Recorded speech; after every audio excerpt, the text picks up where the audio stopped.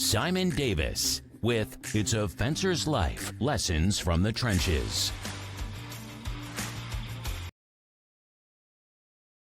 G'day guys, Simon here, the Profitable Fencer, and coming to you today on a beautiful, balmy Saturday morning. It's the 18th of November. Things are getting very, very close to Christmas and starting to, I suppose, for a lot of people, panic would start to creep in a little bit because we've got so much to do in so little time. And it's funny how we leave a lot of things to the end that put a little bit of pressure on, but these things happen. Just wanted to recap today on a few things that's been happening with me. I've just spent a week in Vietnam, and what a fabulous time. I managed to get away because I have some good processes, good people in place, and although it was only short, I had to come back. I've got another big job to start out west, so this will be the last podcast. Hopefully I'll get one more in before Christmas, but I'll be away from home for the next month doing this big job. But wanted to come to you guys today and talk to you about fast tracking your business and how using somebody outside of your business to model or to help coach or mentor you is such an advantage. And I think I've touched on this before a little bit. Back in my early days, I was struggling to make ends meet. I was a lot of work, chasing a lot of work, had heaps of work actually. And my wife used to turn around to me all the time and say, we have so many bills to pay, blah, blah, blah. Where's the money coming from? No money in the bank.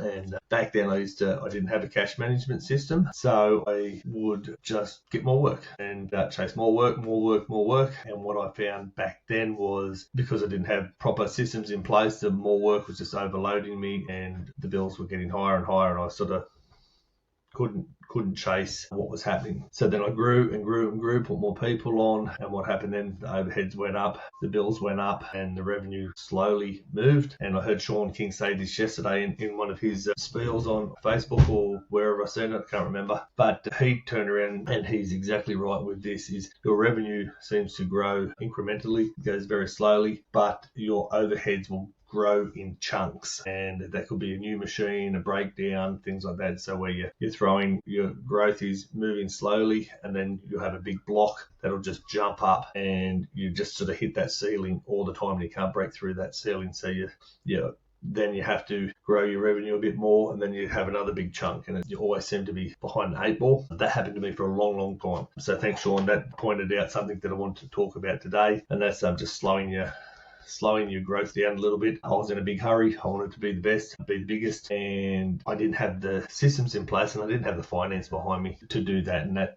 is probably one of the biggest issues of when I had a hiccup with a client, and it was a big hiccup, but it just wrecked us because it took every bit of cash flow out of me, and I just couldn't manage it. So it took a long time to catch, but hindsight's a marvelous thing. So fast tracking your business. One of the things I did early on in the piece was I had a coach myself. I used to follow another business, not a fencing business, but it was another business that was basically, we started off at the same time, and I was watching his growth. Now, I never got to see his numbers, never got to see what he was doing, but I could see his growth and I could see him moving. So I tried to tailor my business to stay on par and on track with him.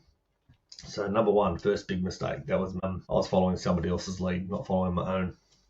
Number two, every time the phone rang, I would answer it and I would chase whatever that type of fence was. I didn't have a specialized niche. I just worked. And the more the phone rang, the harder I worked. So that was number two mistake. Number three mistake was I didn't have a cash management system. So I hired a coach. And this coach was absolutely brilliant for me in the numbers game. I worked with him for probably 12 months. It cost me a lot of money, but I worked with him for 12 months and we moved the needle on the business. What I did find for that part was that my coach was more interested in shoring up my personal side of things and my wife's things rather than working solely on the business. So I understand where he was coming from. A lot of it is about self-mastery, and I'm not taking anything away from that. It's absolutely vital, but that's not what I hired him for. I hired him to work on the numbers, get me into the next level of my business, show me things that I didn't know and didn't fully understand. And that's where you guys can come to a real pivot point in your business now, is fast tracking your business. If you're stuck at a ceiling and you can't work out where to go to the next part of your business or whether you even want to go to the next part of your business. You may just want to free up some more time and have some more money. And that's one thing that I really encourage you to explore. Sit down and work out what your plans are, what your goals are. For me, I've been building the business back up again, getting it to a certain point. But just for the last 4 years, 4.5 years, really haven't had a break, haven't been away from the business. A couple of days here, a couple of days there. My wife mentioned to me just before we went to Vietnam that she hadn't been off the farm for a holiday for 4.5 years, which is pretty ordinary on my part. So we went over to Vietnam for a wedding, seen a mate, one of my best mates, get married, had an absolute ball, and just realised that the different cultures, different way of life, different way of doing things. I noticed in Vietnam there was one little thing on the side note was not a lot of fences. Most fences that were there where I was were concrete fences, and then they just had the typical steel diplomat security fences around their compounds and things like that, but no colour bonds, no timber palings, none of that, because it was low-lying typhoon area. But it just made me sort of wake up and realise that not having a break and not putting some personal time aside is really detrimental to your mental health. And I was starting to burn out a little bit. I've got a lot of things happening, so I've come back really tired because it was such a whirlwind trip. But I've come back sort of refreshed and ready to hook in and move things into the next level for next year and start planning for next year. And that's a big thing for me because I normally leave it right to the end. But I've been able to do it too because one of the key factors of my growth now is pushing my, I'm just trying to think of the word here, but relying on my people more than what I used to do. And now I like to be in control. I like to try and do everything. And that's been probably a big block in my growth because you just can't do everything yourself. So you have to rely on your different people. And some people are really good at stepping up and some people just aren't or can't handle the, get a little bit overwhelmed and can't handle the pressure of that next size. And that's okay too, because if they're not built for it, they're not built for it. You just got to find the right people. But fast tracking your business, one of the things I learned back then, and I was sort of clipped at around the probably 500 grand mark back then, just couldn't get over that little pivotal point. And for you, that's, for some people, that's not a lot of money. For a lot of other people, it's a hell of a lot of money. I know people, fences reaching out to me now that are stuck in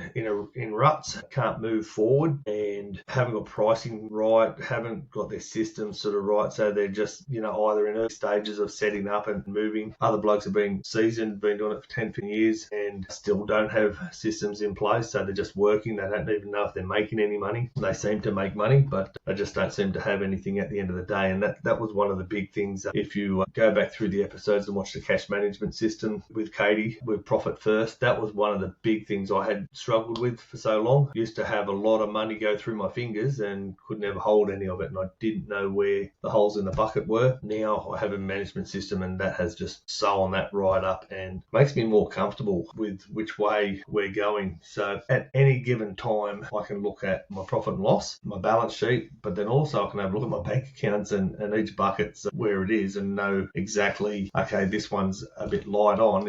If I have a problem, I'm going to suffer in this area, so I need to top it up or things like that. So that's something that another coach showed me and talked to me about, and that was Katie from Profit First. She has just reached out to me again. We're going to do another podcast in January, but she will be hosting me this time, so hopefully I'll get a copy of it and put it back in our podcast here for A Fencer's Life. But yeah, I just really wanted to make that point crystal clear for you guys. If you're struggling, please reach out to somebody. It doesn't have to be me, of course, but reach out to somebody who's relatively fluent in your industry. There's not a lot of us around who want to share their stories, and I'd love to be able to help you. You can reach me at theprofitablefencer.com. You can find me on Instagram, Facebook, in the fence posts, wherever you need to get hold of me. Just, please reach out. You can have a look at my website.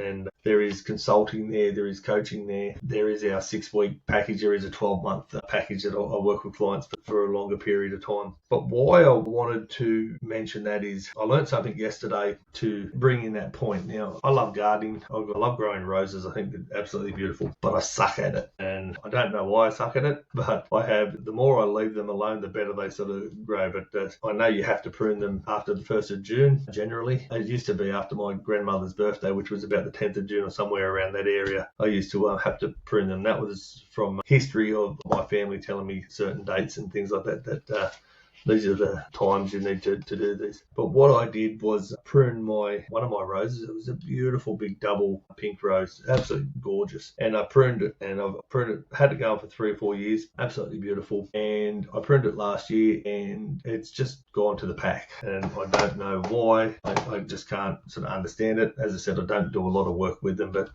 except for give them a bit of a boost every now and then, make them look good. So I went to the nursery yesterday getting some veggie plants to plant in the garden, and I asked the fellow in the nursery, the arborist and horticulturist in the nursery, and he mentioned to me that I may have cut under the root stock of the plant. So instead of so what my plant is doing is just going every which way. It's spindly, it's shooting out stems everywhere, and it's just not flowering. It just looks terrible. It's gone real thorny and everything else. And I thought to myself straight away, well, I never knew that. I never knew that you couldn't cut. There was a certain depth of where to cut, and taking out the rootstock was a big no-no. So just in that little analogy, you bring that back to business. If you don't know where your business is going and you can't find the answer to certain questions that might be plaguing your memory or your ideas or your future planning, your business will be spindly. It'll be going left, right, center, all over the place, and it'll be full of thorns and prickles, and you won't know which way to start, where to prune, where to get the best flower bloom out of your business. And having somebody who has been there before, has done that, or has that knowledge, and finding out that knowledge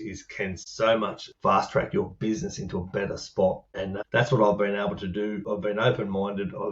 I've spent a lot of money on coaches, as I've said, over a few different episodes, and that has helped me fast track my business, and not just fast track my business, but become more profitable. I don't have to chase a lot of work. A lot of work naturally gravitates towards us now, but I'm very selective in who I work with, and I'm very selective in the profit margins that I get. I won't lower my profit margins for different clients just because they've been a good client. I still need to make money. The company needs to make money. I need to be comfortable, and there's no use chasing work and lowering your prices just to win that work to keep somebody else happy, and you put pressure on yourself by doing that, if that makes sense. So we don't want to go down that track. You have to be very, very selective in what you do. You have to make sure you're making money. And I've seen this with so many startups all the time. It's constant. Their first thought is, I just have to win the work so we can start and get moving. And I understand that, but I would rather have one profitable job than 10 jobs that are going to just break even or put pressure on myself. It's just, in the long run, it's not worth it, and it can lead to burnout. It's a very big thing, especially in our business. I see a lot of blokes who fall by the wayside quite quickly because of the burnout, and they just can't handle the pressure. So the job's hard enough on its own, being physical and everything else, especially if you're not sitting in the office and you're out on the tools and wearing all the hats. It is something major. So again, you want to fast track things, you need to get help. It is not shameful to turn around and say you've got a coach or you've had outside help. It is quite acceptable these days. It was probably something that wasn't so much 20, 30 years ago.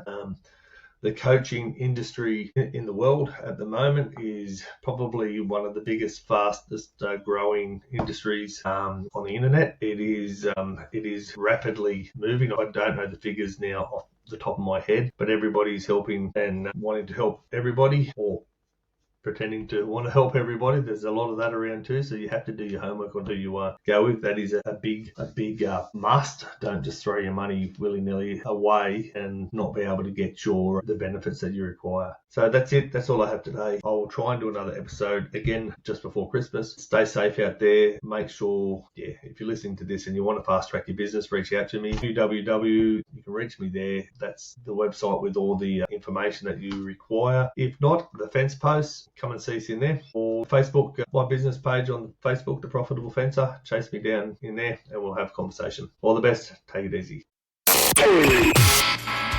Thanks again for listening to the Fencer's Life podcast. Be sure to follow on Twitter, Instagram, or the free Facebook group, The Fence Posts. And of course, Simon's personal Facebook, facebook.com/Simon M. Davis 1. And also check out Spotify to get weekly episodes. If you believe Simon can help you make a difference in your fencing business, please reach out to him on Messenger or visit his coaching mentoring site at theprofitablefencer.com. Until then, stay safe and happy fencing.